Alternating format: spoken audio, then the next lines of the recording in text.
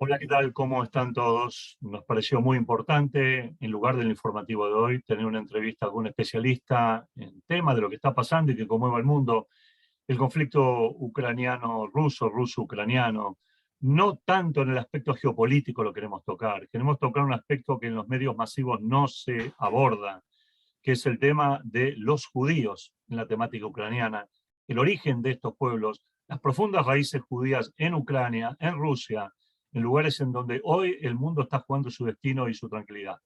Y por eso nos pareció muy importante entrevistar a un argentino que está radicado en Israel, amigo nuestro, y realmente en varias oportunidades lo hemos invitado a Comunidades Plus, en distintos Zooms, especialista en turismo educativo, podemos decirlo así de alguna forma, especialista de lo más elevado que puede haber en habla hispana en la temática de la Shoah, conocedor de las regiones europeas o de algunas de ellas en absoluta profundidad, Mario Sinay, a quien desde ya agradecemos. Y Mario, vamos a empezar con una pregunta puntual, geográfica, si querés de alguna manera, con alguna raíz histórica. Hablando desde el punto de vista del origen, ¿qué es Ucrania? ¿Cómo nace Ucrania como país, como pueblo, como Estado? Ucrania tiene una historia muy antigua, ya desde el siglo segundo aproximadamente. Una historia separada de Rusia, a pesar de que muchos lo ven siempre como una cuestión unida, pero no. Kiev como tal, como ciudad, y Ucrania como país son países muy antiguos que tienen hace muchísimos años y muchísima historia. Los propios judíos, según los historiadores, ya se encontraban en Ucrania desde el siglo IX en adelante, pero el Estado existía mucho antes de la llegada de los judíos, y lo que tienen en común, tanto los rusos como los ucranianos, son eslavos. En el origen de esos son pueblos eslavos. Dan, querías preguntar. Sí, sí, sí, aprovechando entonces este dato no menor de que son pueblos casi que hermanos, la pregunta que viene del otro lado es entonces, ¿cómo nace Rusia en términos generales? Bueno, la verdad que no soy tan experto en este tema como para contestarte, pero sí, verdaderamente son hermanos. También los polacos son considerados eslavos, es decir, que los tres pueblos, podríamos decir de alguna u otra manera, que son hermanados en sus orígenes, tienen orígenes en comunes, y como dije, con comunidades judías también muy antiguas en los tres países. Pero no soy experto como para contestar verdaderamente los orígenes históricos de rusos. Mario, permíteme entonces quizá agregar un dato que vos seguramente me lo vas a poder refrendar, y es el tema de que más allá del origen, a través del pueblo polaco, de lituanos y de ucranianos y de rusos, han habido guerras y batallas feroces entre estos pueblos. Recordamos naturalmente el siglo XVI y XVII, las matanzas ucranianas en Polonia, una independencia incipiente de Ucrania. Recordamos también que hubo guerras ruso-polacas también en la Primera Guerra Mundial. Polonia se independiza en la Primera Guerra, Ucrania tiene una cierta independencia. Hubo guerras entre Polonia y Ucrania también, ahora parecen muy hermanados también. Es decir, son países que han tenido una historia de confrontación muy, muy severa, especialmente en los últimos 13, 4 siglos.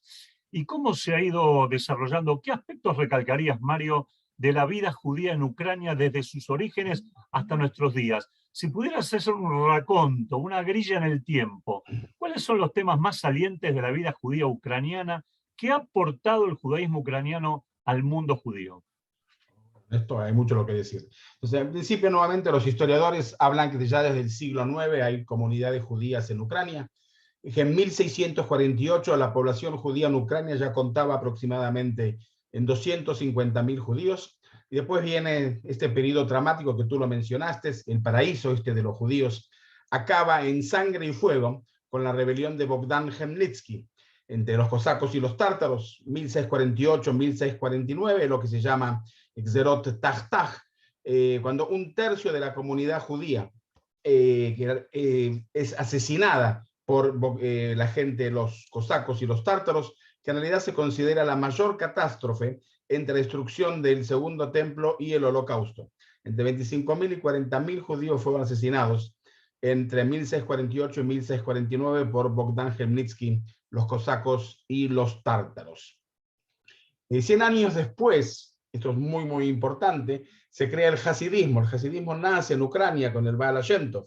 o sea que es la cuna del hasidismo entre los judíos de Ucrania, que después se extiende por toda Europa oriental. Y además tienen, por supuesto, además del movimiento hasídico, Ucrania también tiene un rico legado de la cultura yiddish. Dentro de ellos, el escritor Shalom Aleichem, nacido en Pereislav, al sur de Kiev.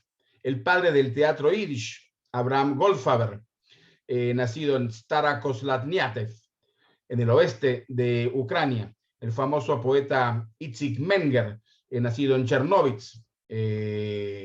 Verdaderamente hay un gran aporte a todo lo que fue la cultura yiddish. En la ciudad de Chernovitz, dicho sea de paso, en 1908 se hizo el primer Congreso Mundial del Idioma Yiddish, en los cuales participaron poetas importantísimos, Yud Lamed Peretz, que venía de Polonia, Shalom Ash, Avron Reich, Hersh David Novenberg. O sea, verdaderamente la cultura yiddish y Ucrania están ligadas las unas con los otros. Después, Ucrania fue en realidad, y esto es muy importante, la zona de asentamiento judía en la época de los zares rusos, para poner a los judíos a lo largo de la frontera occidental del vasto imperio ruso, que incluía dentro de ellos a Ucrania. Y también Ucrania, de alguna u otra manera, es la cuna del sionismo, del despertar sionista, el movimiento Jivat Zion, y una gran cantidad de líderes que conocemos nacidos en Ucrania.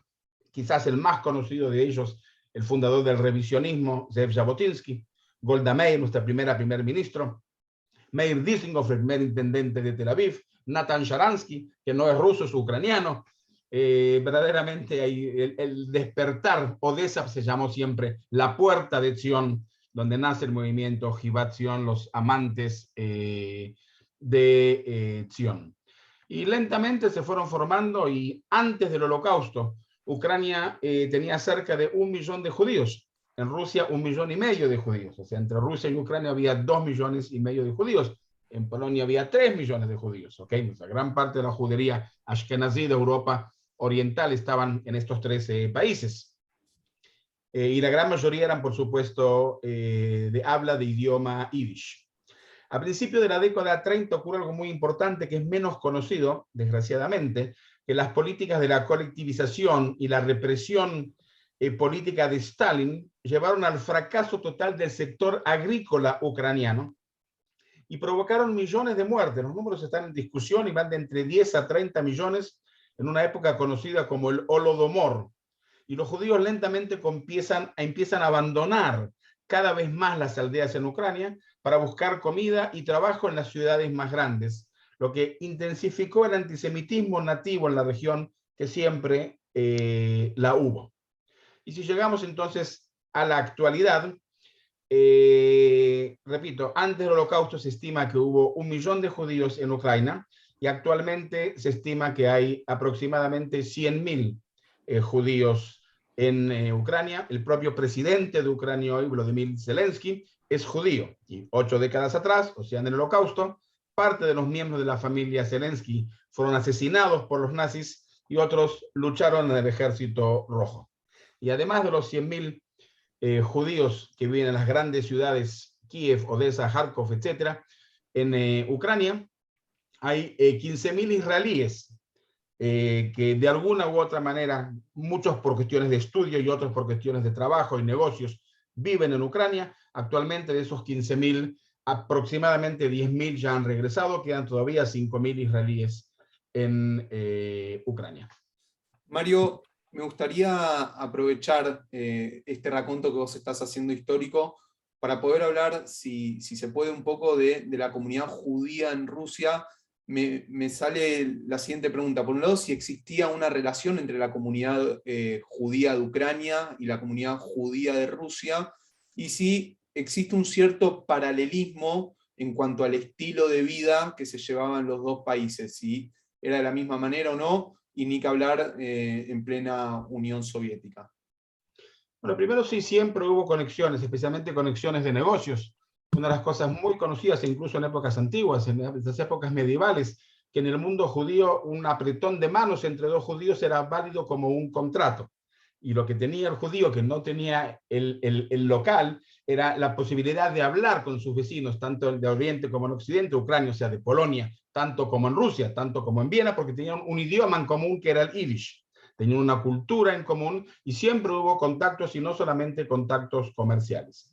Ahora, por otro lado, y como lo dijo Natalio, hay una hermandad entre estos tres pueblos y una rivalidad a la par, los unos contra los otros, en todos los campos que podemos imaginar, inclusive en los campos del deporte, ¿okay? Que se llegan a casi un odio entre unos y los otros, y un partido de fútbol en la actualidad entre Ucrania, Polonia, Ucrania y Rusia pueden llegar a cuestiones que de la necesidad policial e intensa por las rivalidades fuertes que hay entre esos pueblos. O sea, son pueblos hermanos y a la par también con una rivalidad que los acompañó a lo largo de toda la historia. Y Natalio mencionó las diversas luchas, guerras, no luchas que hubo entre estos mismos pueblos hermanos, en sus orígenes por lo menos. Mario, es inevitable referirse cuando uno habla de Ucrania no solamente a Babi Yar, sino también esencialmente a la colaboración de ucranianos con los nazis en el marco de su lucha independentista contra la Rusia. De alguna manera los ucranianos, como otros pueblos orientales de Europa Oriental, fueron claramente aliados de los nazis. Digo esto porque mucha gente, inclusive judíos naturalmente, dicen, bueno, que se maten los ucranianos, que los maten porque son antisemitas y son violentos y han tenido una historia de atrocidades. Nombramos a Khmelnytsky, que sigue siendo el héroe nacional ucraniano, el San Martín ucraniano Khmelnytsky. No podemos olvidarlo ni obviarlo, ¿no es cierto? Pero Y el billete más importante de la moneda está su figura. Figura de Khmelnytsky. Y en el centro de Kiev está el monumento, en la mitad de Kiev está el monumento de Khmelnytsky. Exactamente. Ahora, ¿cómo pasa un Estado ucraniano de un Babi Yar de 75, 76 años atrás, en 2 noches del exterminio de la mayor parte de la comunidad judía de Kiev, 33.000 judíos o algo más? ¿Cómo pasa a elegir un presidente judío por el 73% en el año 2018, 2019 aproximadamente? Y si no me equivoco, quizá me corregirás, el primer ministro de Ucrania también es judío. También es judío, de apellido Groisman. Pero no importa, puede ser un detalle color. ¿Cómo se pasa de una sociedad violentamente antisemita a una sociedad que ahora parece estar idolatrando un presidente judío? Primero, yo pienso que hay que hacer una distinción que en tu presentación en esto fue demasiado rápido. Ucrania primero fue víctima de los nazis. Ucrania fue invadida con la operación Barbarossa, junio de 1941, con la intención de llegar a Rusia. Los alemanes pasan por Ucrania y conocemos lo que fue el Holocausto en balas, hoy en día así conocido y así famosamente conocido, cuando el lugar más emblemático, como tú dijiste, es Babi Yar, que en las noches de Yom Kippur, 29 y 30 de septiembre de 1942, asesinaron a 33.771 judíos en Babi Yar. Pero en toda Ucrania fusilaron a 1 millón de judíos aproximadamente. Cuando hablamos que había 1 millón de judíos, casi el 95% de los judíos ucranianos fueron fusilados en fosas comunes, en lo que conocemos el holocausto en balas. Pero Ucrania fue conquistada por los nazis, o sea que Ucrania fue víctima del fascismo, fue víctima del nacionalsocialismo. De aquí, una parte de los ucranianos nacionalistas que fueron colaboradores, y por ejemplo, todos los guardias en todos los campos de exterminio, que todos están en Polonia, nunca fueron polacos, porque los alemanes no confiaban en los polacos, fueron guardias ucranianos. Aquí el famoso Iván de Maniu, que fue juzgado en Israel, que no se pudo demostrar, en los Estados Unidos, y fue juzgado en segundo juicio por Sobibor y murió en la mitad del juicio.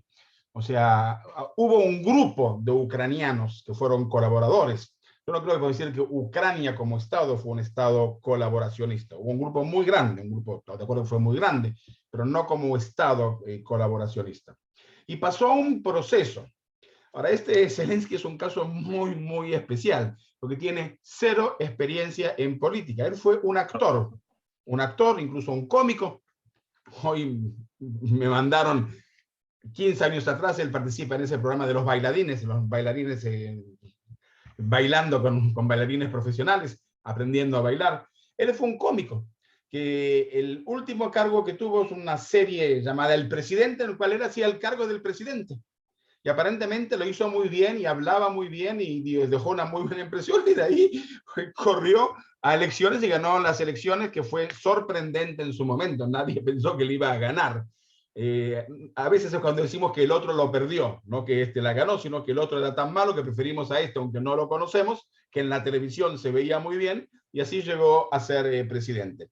Sí quiero decir que en estos momentos la popularidad de él está muy alta con todo lo que está pasando y con el valor que se está enfrentando a los rusos. Incluso que los americanos y los europeos le han ofrecido exiliarse, y él rehusó. O sea, él se queda valientemente y heroicamente, y está subiendo su prestigio, que ya de por sí, como tú lo mencionaste, será alto, y sigue siendo alto. Como paréntesis, te cuento, ante la pandemia, que logramos visitar varias veces Ucrania, cuando él ya era presidente, la comunidad judía no estaban tan contentos de tener un primer ministro judío. Cuando se vengan los problemas, no va a ser sencillo tener un primer ministro judío. Ahora vamos a ver cómo termina la cosa para poder juzgar su cadencia.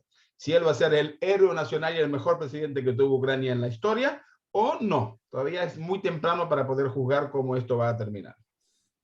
Mario, sin lugar a dudas, ya vamos a estar aproximándonos al mundo de lo que es la diplomacia, y vamos a estar haciendo un poco de mención al rol de Israel en todo esto, por la vasta población que hay, tanto ucraniana como rusa, en Israel, por el rol que tiene Rusia en Medio Oriente, por la relación que tiene Israel tanto con Rusia como con Ucrania.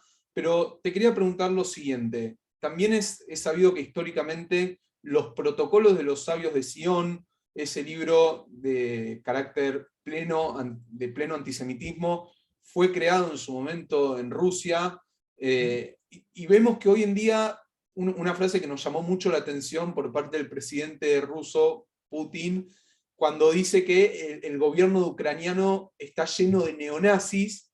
Uno se hace la pregunta de cómo se puede acusar de nazismo a un presidente judío. Yo te quiero preguntar, la concepción de la palabra nazi en Rusia, ¿es la misma concepción que tiene Occidente en referencia a lo que fue el gobierno de Adolf Hitler, o tienen una idea diferente?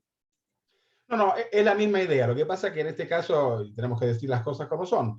Rusia, Putin específicamente, utiliza eufemismos en toda la forma en que él enfoca este conflicto. Utiliza eufemismos, ¿no? O sea, no es un ataque, es una defensa a la población prorrusa, no es una invasión, sino es una...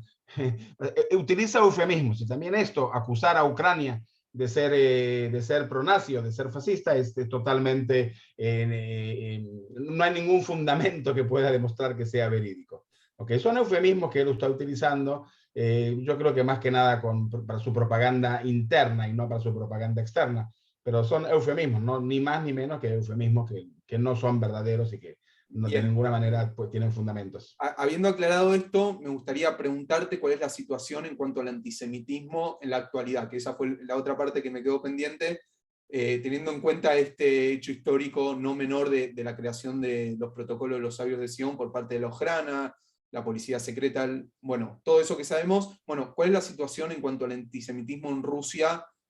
¿Cómo lo fue históricamente y cómo lo está en la actualidad? Yo puedo hablar de la actualidad. En todos los viajes que hacemos, los viajes educativos que hacemos a Ucrania, una de las cosas más importantes es el contacto con las comunidades locales, que muchas veces son los rabinos de Chabad, y muchas veces el Shabbat que hacemos con las comunidades, que comemos juntos con ellos y que hablamos y que podemos dialogar. Y siempre, pero siempre, la segunda o la tercera pregunta que siempre hacemos es ¿cuál es el nivel de antisemitismo hoy en Ucrania? Y la verdad que hay que decir las cosas como son. Primero, no hay un antisemitismo oficial en Ucrania, tampoco en Rusia. Pero sí hay un sentimiento de que el antisemitismo puede surgir y que está ahí latente y que no se terminó. O sea, sigue habiendo antisemitismo, pero no es un antisemitismo oficial por parte del gobierno.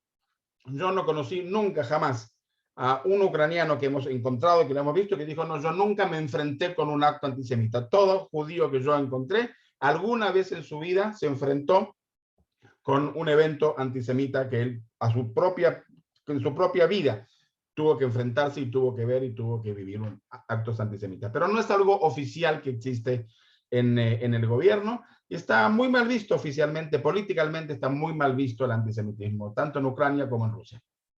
Inclusive, me atrevo a agregar, Mario, una semana antes del comienzo de la guerra, de este conflicto, el Parlamento ucraniano había votado en primera instancia una ley contra el antisemitismo, Sí, penalizando el antisemitismo.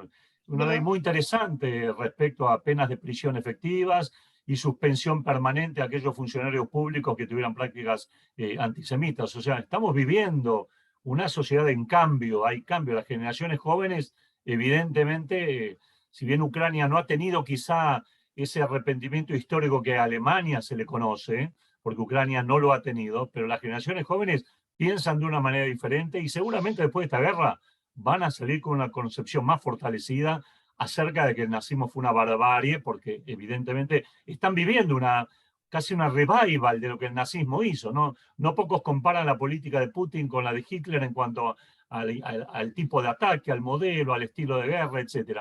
Pero quiero ir a Israel, Mario, a Israel donde vos estás viviendo. Una sola cosita, si me Sí, permitís, sí, Mario, porque lo sí. hemos visto en todos los viajes, que muchas veces, y siempre aparece, y siempre alguien del grupo lo ve y llama la atención, una esvástica en la pared, en algún lugar de Ucrania, en alguna de las rutas, en Kiev, en Odessa, en Lvov, en donde sea. Que primero las hay, pero el hecho de que haya es una ofensa mismo para el país, o sea, hacer una esvástica en Polonia, hacer una esvástica en Rusia, hacer una esvástica en Ucrania, que fueron países conquistados, invadidos por Alemania, es una misma ofensa del país y probablemente venga de la falta de conocimiento, por no decir una palabra más grave. ¿Ok? Y ahora sí, vamos a lo que es Israel. ¿Qué querías preguntar? A ver, Mario, Natalia. quiero hacerte una pregunta como especialista y pasamos al tema de Israel como para cerrar un poco lo que es Putin, nazismo, Rusia. Se han hecho no solamente posteos en redes, sino que también tapas de diarios haciendo una referencia a que Putin es Hitler. Te lo pregunto, no buscando una verdad, sino tu opinión al respecto. ¿Vos creés que está bien hecha la comparación, que hay un asidero real cuando se habla de que Putin puede ser el Hitler del siglo XXI o que en realidad Putin es un Hitler enmascarado o cualquier tipo de alusión que se le pueda hacer? ¿Lo considerás como una banalización? ¿Lo crees como algo correcto? Es una opinión simplemente lo que te pregunto, no en búsqueda de una verdad, sino cuál es tu punto de vista siendo un educador especialista en este tema. Yo pienso que toda comparación con lo que fue la Segunda Guerra Mundial y el Holocausto es equivocada y limita con la banalización. Pero entiendo el por qué se hace, porque la comparación que están haciendo no es por Hitler antisemita, 6 millones de judíos asesinados, sino es por Hitler que comienza con la anexión de Austria en el Anschluss en el 38, con la anexión de los Sudetes, con la anexión de Checoslovaquia, y el mundo se cayó, se lo permitió y como consecuencia siguieron adelante. Yo creo que aquí es la comparación, en el Hitler histórico del 38 y no en el Hitler de genocida del holocausto del pueblo judío. Por eso viene la comparación histórica y también como un mensaje al mundo. Mire que el mundo se cayó en el famoso pacto de Berlín, etcétera, etcétera, etcétera. El mundo permitió que Hitler anexase Austria, que Hitler anexase los Sudetes, anexase Checoslovaquia, entonces continuó. Y hay un miedo, un verdadero miedo y fundado en que esta sea la intención también de Putin, que Ucrania es al principio. Y después seguimos porque a mi juicio tienen aspiraciones colonialistas de volver a la Rusia grande, a la influencia del Masaja Barcel, de la cortina de hierro, de volver a tener influencia en toda Europa oriental. Por eso es la comparación y yo la entiendo y no lo que nosotros entendemos Holocausto Shoah. O sea, no viene del punto del Holocausto Shoah, sino del punto de expansionismo territorial. Y permitime que te diga algo, Mario, porque justamente la gente también toca este tema y tiene temor respecto a estos temas. Y en alguna charla que me ha tocado dar sobre este tema, Ucrania-Rusia, yo dije que, a ver, Putin, creo yo, no puede ser defendido en esta actitud bajo ningún punto de vista. No hay justificación alguna a esta invasión. Pero quise separar y quiero separar a aquel que es expansionista en este caso de aquel que es genocida. Putin no ha demostrado una vocación genocida. No entró a Ucrania a genocidar al pueblo ucraniano. Las guerras todas son malas y en todas se producen muertes y horrores, no hay duda. Pero no hay una actitud genocida, y no lo digo en defensa, Estoy de acuerdo, de la estoy de acción acuerdo. rusa. Lo digo para diferenciar claramente. Y ahora sí quería pasar al tema Israel. Mario, ¿cómo se vive en Israel? Primero, la sociedad interna israelí y después la política israelí. Es decir, Israel, una sociedad plena de judíos rusos, plena de judíos ucranianos. Parece pueril mi pregunta. ¿Han habido incidentes entre ellos? ¿Has conocido de que judíos ucranianos y rusos se hayan chocado? Sé que han habido manifestaciones frente a la embajada rusa en Tel Aviv, el consulado en Haifa, pero ¿qué más se puede decir de la sociedad ruso-ucraniana en Israel? Yo, primero, antes de contestar eso, quisiera decir de que también en Rusia hay una ola muy grande de protesta contra Putin, que está siendo violentamente tapada y intentar de callarles la boca. Están hablando de casi de 3.000 personas detenidas por manifestarse en contra de la guerra y en contra de Putin, o sea que también en Rusia no todos están de acuerdo. Yo no sé decir cuántos en Rusia no están de acuerdo, pero es algo multitudinario que no existió en el pasado y que para nosotros es un buen símbolo. Lo segundo que quiero decir es que Israel está en una posición muy delicada y tiene que manejarlo con mucho cautela, porque Israel tiene muy buenas relaciones también con Ucrania y también con Rusia. Y nosotros tenemos que recordar que al fin y al cabo hay intereses. Por ejemplo, nosotros tenemos a Rusia metidos en nuestro límite con Siria y que con acuerdos tácitos con Rusia nos permite sobrevolar sobre el territorio sirio y atacar cuando necesitamos atacar, cuando los iraníes intentan introducir armamento a través de Siria al Líbano. Y eso lo hacemos, según la prensa internacional, 1 o 2 veces por semana, con, no quiero decir apoyo, pero con conocimiento de las tropas rusas. Pero nosotros tenemos que tener mucho cuidado con nuestras relaciones con los rusos y no podemos manifestarnos plenamente ante Rusia. Por otro lado, tenemos que recordar lo que pasó en la Segunda Guerra Mundial y saber que ser neutral en este caso no es de estar del lado correcto de la historia, sino del lado incorrecto de la historia. Y hoy se manifestó el ministro de Relaciones Exteriores de Israel, que Israel va a votar a favor de la condena de Rusia, que es esta noche, mañana a la mañana, en Naciones Unidas. Israel va a condenar a Rusia en Naciones Unidas, si bien es cierto que es solamente declarativo. Desgraciadamente, como ya lo hemos visto a lo largo de la historia, es solamente declarativo. Las Naciones Unidas no tiene efecto fuera de un efecto declarativo, pero Israel se va a pronunciar en condena en contra de Rusia y a favor de los Estados Unidos, que es nuestro verdadero aliado. ¿Ok? El presidente Zelensky pidió intervención israelí para que Israel sea mediador entre Israel y Rusia. Ayer hubo un contacto telefónico, una llamada telefónica del primer ministro Bennett a Putin. Hablaron, según la prensa, 40 minutos. Aparentemente el único que habló fue Bennett. Putin escuchó, no contestó. Paréntesis, lo interpretamos como decirlo, te escuché, no te metas en lo que no tenés que meterte. O sea, no hubo una respuesta, pero lo que interpretamos fue decirles, no te metas porque nadie te lo pidió. O sea, te lo pidieron ellos, no nosotros. Así que dudo que Israel pueda ser un mediador del asunto. Israel había hecho ya un acuerdo con Ucrania de ventas de lo que es la Kippat Barzel, la cúpula de hierro, que son armas de defensa. Decidió no enviarlas, ¿ok? Y decidió enviar ayuda humanitaria. Salieron 3 aviones de Israel, están haciendo 3 más mañana, con ayuda humanitaria, carpas, bolsas de dormir, etcétera, etcétera, etcétera. Hoy llegó un pedido de Ucrania que necesitan cascos para la población que está defendiendo, que necesitan chalecos antibalas. Israel rehusó enviar ese tipo de materiales. Internamente, como dijiste, aproximadamente llegaron a Israel 1 millón de judíos de origen de Rusia y aproximadamente 150.000 judíos de origen de Ucrania. Entre paréntesis, el israelí no siempre sabe diferenciarlos. Es algo así como que los argentinos, los uruguayos, los mexicanos, los peruanos y los brasileños es todo lo mismo, son todos sudamericanos, ¿ok? Acá también pasa eso entre los rusos y los ucranianos. Bueno, en este momento la cosa está un poquitito... yo no tengo ningún conocimiento que hubo choques hasta este momento entre estas dos comunidades. No tengo ningún conocimiento, no ha salido en la prensa, no se ha publicado, no se ha escrito, sé que me imagino que no han ocurrido. Y lo voy a decir con cautela, pero me imagino que no es cómodo en este momento ser un judío de origen ruso. porque yo pienso que la mayoría de los israelíes, y para mí somos todos israelíes en estos momentos, de origen argentino, de origen uruguayo, de origen ucraniano, de origen ruso, tenemos que estar del lado correcto de la historia, tenemos que estar en contra del agresor, y el agresor no hay duda alguna que es Rusia. Entonces, yo no vi ningún choque en estos momentos entre esas dos comunidades, dudo que lo haya, ¿ok? Le quiero contar una cuestión anecdótica que no tiene nada que ver, pero quizás cuando yo me gradué de oficial en el ejército de Israel, en la época de las guerras de las Malvinas, ¿ok? Y en ese momento viajábamos mucho en tren, hacíamos tren para llegar a la base estaba lejos, y yo me tomo un tren de no me acuerdo de dónde, hacia el sur, hacia Beersheba, que tenía que llegar, y resulta que eran ingleses. Y cuando le digo que soy argentino, me bajaron del coche. ¿Ok? Yo espero que situaciones no se repitan, porque no tenemos que traspasar el conflicto geográficamente a Israel. Tenemos que sentirnos todos hermanos y todos unidos, y tenemos que estar del lado correcto de la historia, y el lado correcto es en contra del agresor.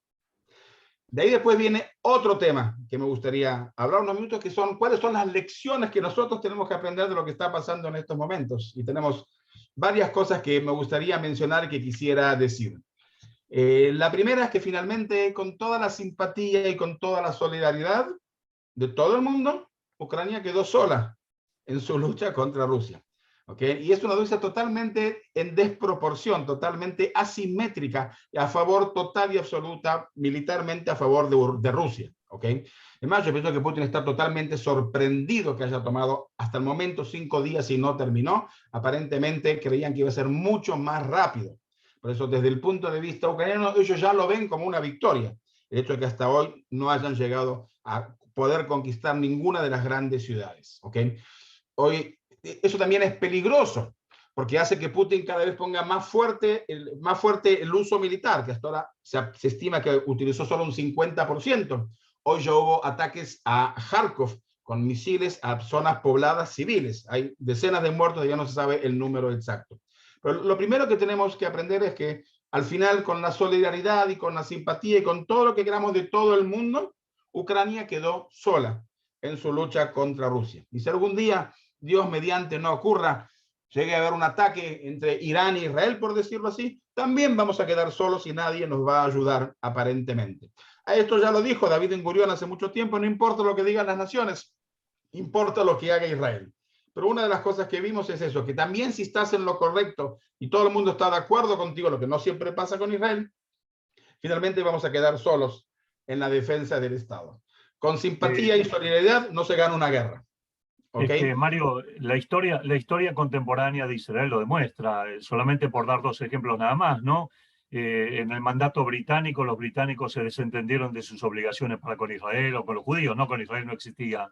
Y ni que hablar ante la guerra de los 6 días, el embargo francés de las armas también, la guerra de Yom Kippur, a regañadientes Estados Unidos envió casi al final de la guerra armamento. Es decir, naturalmente que en un enfrentamiento que pueda existir con Irán, Israel va a tener que poner el pecho sola, y el resto, si alguno acompaña, acompañará, no lo sabemos.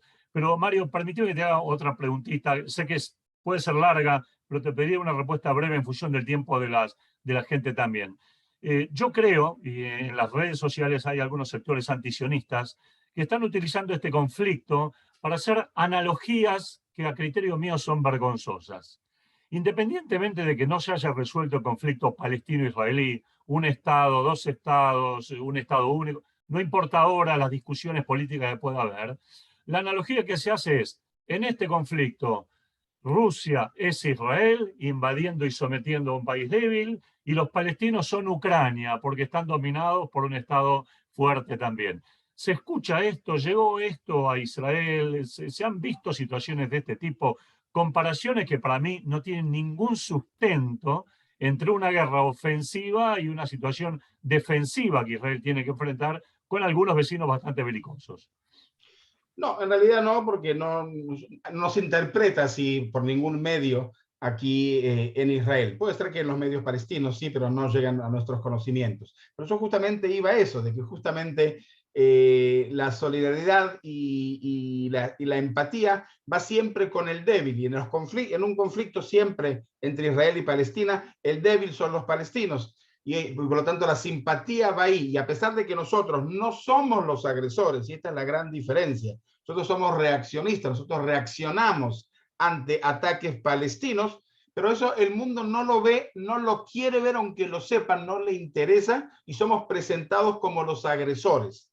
Y como aquí nuevamente hay una asimetría total y absoluta a favor militar, a favor de Israel, somos representados como los agresores frente a la población palestina. O sea que eso me parece que es casi imposible de cambiar, si bien es cierto que Israel necesita mejorar su sistema de esclarecimiento a nivel mundial. Pero es algo que es así. El mundo no va a querer ver que nosotros somos atacados. A mí, personalmente, no es que me indigne, pero me pregunto por qué el mundo tanto se escandaliza que ver en Kiev azotada por misiles o ver chicos ucranianos en los refugios. Eso lo tenemos acá hace 40 años. O sea, y nadie se escandaliza. O sea, como que el mundo se acostumbró a que esa es la realidad israelí y así tiene que ser. Que nosotros tengamos que construir, donde yo te estoy hablando, el mamá del cuarto de seguridad, que cada casa tenga que tener un cuarto herméticamente cerrado y que pueda ser de protección para nuestra familia. Pasó a ser una realidad cotidiana en Israel, porque Israel nunca va a ser juzgada bajo los mismos criterios universales que estamos ahora juzgando solidariamente con Ucrania. Es una desgracia que la cosa es así, que nos hemos nosotros acostumbrados y que el mundo esté acostumbrado. Para nosotros, una ciudad bombardeada en Ashkelon es cuestión casi a nivel diario, semanal, una vez por mes. Y niños en los refugios es una realidad que la conocemos aquí todos los israelíes. El mundo no es nuevo, naturalizó, es nuevo para los ucranianos. El mundo naturalizó la fuerza de Israel, naturalizó el poder como algo natural y claro que no se puede sufrir. Ilan, si vos querés hacer alguna pregunta, yo después tengo una última preguntita para Mario, o un comentario breve y cerramos. Me gustaría, si puede Mario añadir al comentario final que está haciendo, que me parece sumamente interesante, una opinión también, porque es muy difícil a veces predecir el futuro. ¿Cómo imaginás, Mario, el futuro de las comunidades judías ucranianas y rusas en ambos países? ¿Y cómo te lo imaginás también en Israel? Si crees que van a terminar como dañadas, si va a seguir todo como si nada pasara, quizás más unidas después de todo esto que está pasando. Simplemente una opinión tuya personal, una valoración de cómo crees que va a ser el futuro para la comunidad judía rusa, ucraniana y también en Israel. Yo pienso que en Israel las cosas van a seguir bien. Yo pienso que Israel se va a alinear al lado americano, al lado correcto de la historia, a la crítica a Rusia, y la gran mayoría, creo yo, de judíos de origen ruso lo van a aceptar, y no va a haber conflictos entre las comunidades ucranianas y las comunidades rusas en Israel.